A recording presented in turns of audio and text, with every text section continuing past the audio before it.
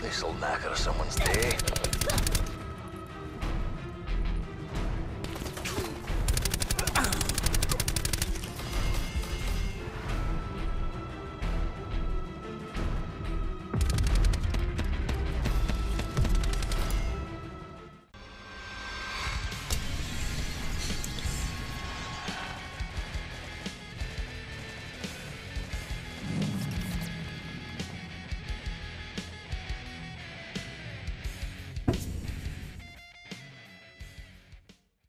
Hey, how's it going, you amazing viewers? Heir of Gotham bringing you some beautiful gameplay using the Dark Matter camoed out Hades. That's right, since I finished Dark Matter, I finally get to mess around with some of the operator mods out there. I finished my marathon, my sprint to get Dark Matter. So in this gameplay, I'm messing around with the primary operator mod for the Hades. That's that crossbar. So you see I'm not aiming down sights. I'm kind of like strafing like it's a heavy machine gun. I can't think of the word. The death machine, that's what it's called, from Black Ops 2. Alright, so in the gameplay, I'm rocking some rapid fire with the suppressor. You know, I like to stay off the radar. I got that crutch gear, the acoustic sensor. I'm using tac mask, gung ho, and dead silence. Alright guys, so we're gonna call this segment Gotham News. I got some things I want to talk to you guys about, mostly in the gaming industry, as that tac mask comes in clutch. Look at that. Yeah, so mostly in the gaming industry, but a couple of topics actually there. Before I get into it, I want to tell you something that happened on my way home today.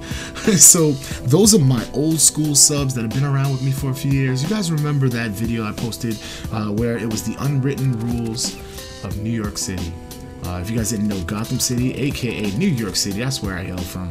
So I was on my way home today, I was gonna get on the train, and I noticed that the first car had a lot of seats available, but then I looked around and that was the only empty car.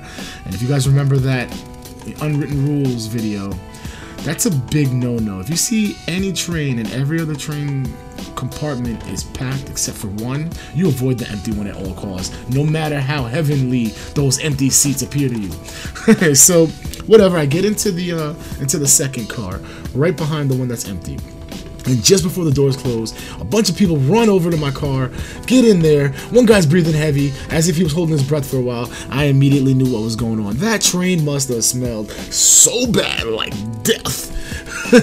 So everybody ran away from it. Okay, so those are the smart people. All right, so fast forward a couple stops to a major stop, and a bunch of people get on. Some leave.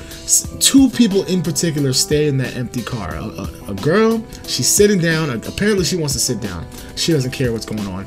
And then a grown man, he's like 6'4" or something, standing up. For whatever reason, he's not sitting in any of those empty seats, okay? So as soon as the doors close, you watch as both people in unison lift their coats up over their nose and try to protect themselves from the awful aroma in that vehicle. So it was hilarious. Everybody that was in the second car was watching them, and everybody just started laughing at the same time. It was too funny. So whatever, the girl is just enduring. I guess that seat was really important to her, but the guy, I don't know, he got the brilliant idea to take out like a handkerchief or something and pour a bunch of Purell in the handkerchief and put it over his face. So my man was trying to like use some chloroform on him. Or chloroform? What is it? Somebody tell me in the comment section. But he was basically trying to knock himself out. But so he was using the Purell as a gas mask. It was that bad, man. It was funny. And no matter how many stops we passed, neither one of those people would leave the train. Where everybody that was new would get in and get out. Those guys stayed. So I thought that was funny. I hope you guys enjoyed the story. So straight into the topics of the day. So earlier today, Bungie actually announced that they were separating themselves from Activision. Now, if you guys aren't familiar, Bungie is actually the developer of the Destiny franchise, and they actually released a I guess I call it a press release, maybe a blog, whatever, but I'm gonna read a little bit of it. So they go, when we first launched our partnership with Activision in 2010, the gaming industry was in a pretty different place. As an independent studio setting out to build a brand new experience, we wanted a partner willing to take a big leap of faith with us.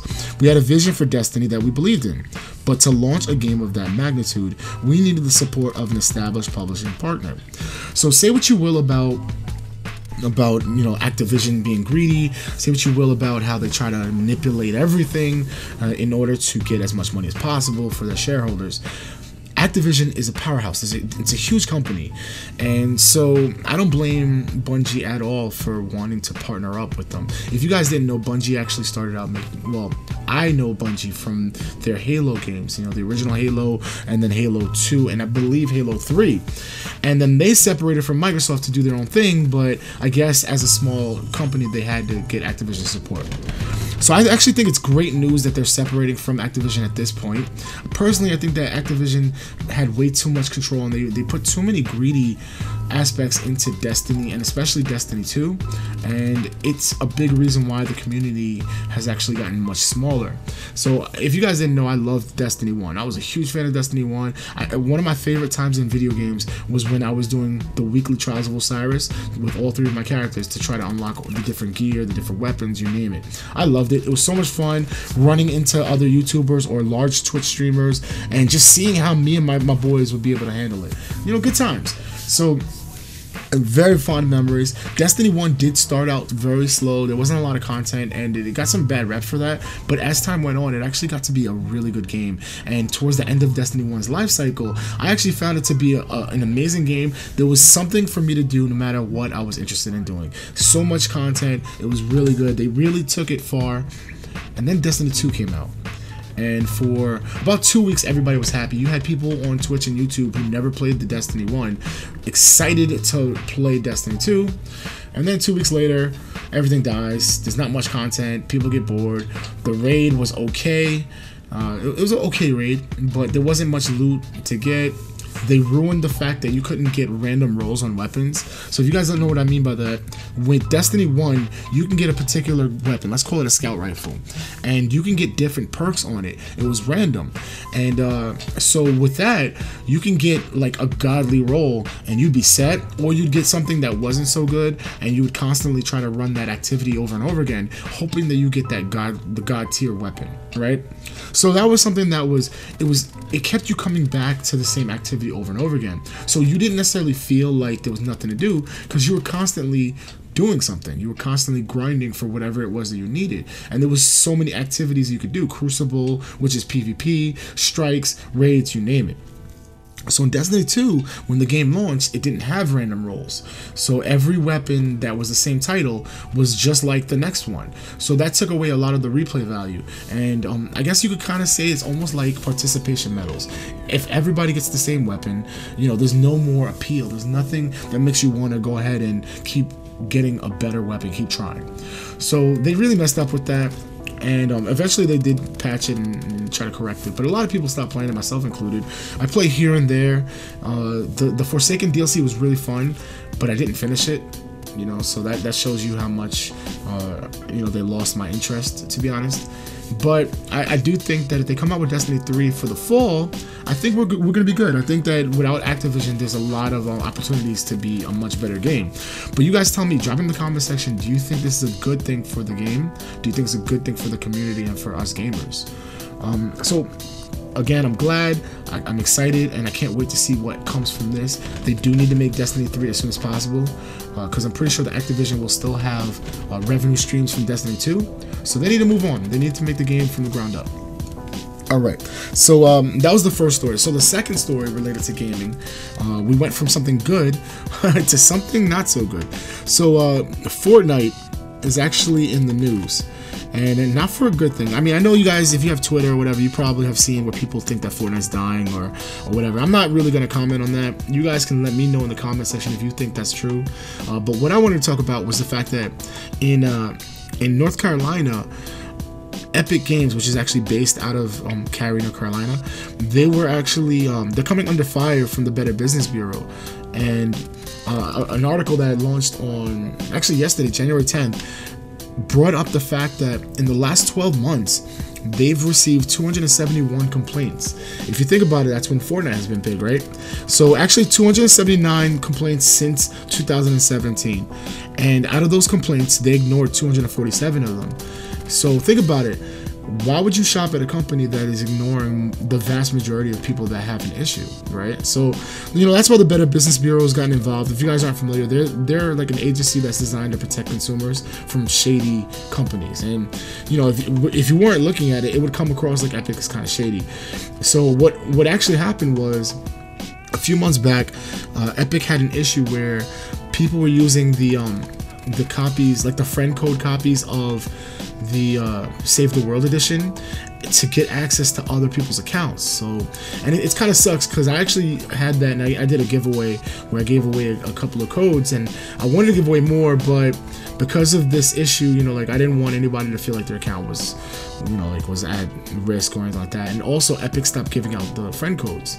So, you know, like it's pretty shady what some people were doing, but the fact that Epic didn't fix their security, and the fact that so many accounts were at risk, and then Epic also ignored the clients that had complaints, is a really, really bad business move.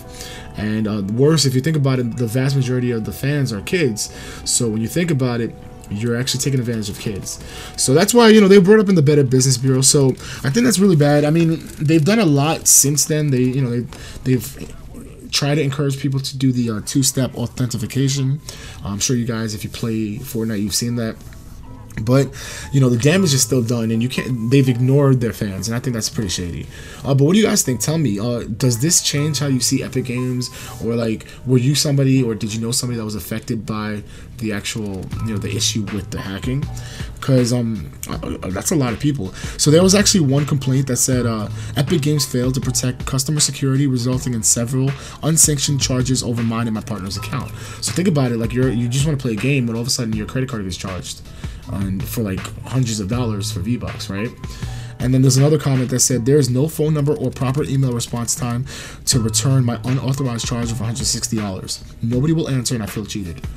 So that's just something I wanted to drop with you guys. I want to get your opinion on it. What do you guys think about it? And is this something that you think is going to negatively impact how, you know, non-gamers see the community? Alright, that's all I got for you guys today. I hope you enjoyed the gameplay. Let me know if you want more of this Gotham news type of video. And of course, if you come up with a better name, let me know. I'll credit you in the video. But that's all I have for you today. HeirOfGotham, signing off.